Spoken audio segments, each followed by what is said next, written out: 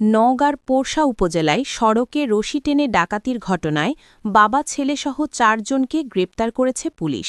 গ্রেপ্তারকৃতদের বিরুদ্ধে আগে থেকেই একাধিক ফৌজদারি মামলা রয়েছে বলে জানিয়েছে প্রশাসন।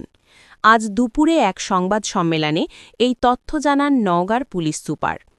নওগাঁর পোরশায় গত কয়েকদিন আগে সড়কে রশি টেনে ডাকাতির একটি চাঞ্চল্যকর ঘটনা ঘটে।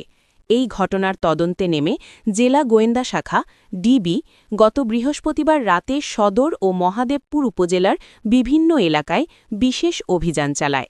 অভিযানে ডাকাতির মূল হোতাসহ মোট ৪ জনকে গ্রেপ্তার করা হয়। গ্রেপ্তারকৃতরা হলেন সাপাহারের খোট্টাপাড়া গ্রামের আবু তাহের এবং তার ২৩ বছর বয়সী ছেলে কামাল হোসেন।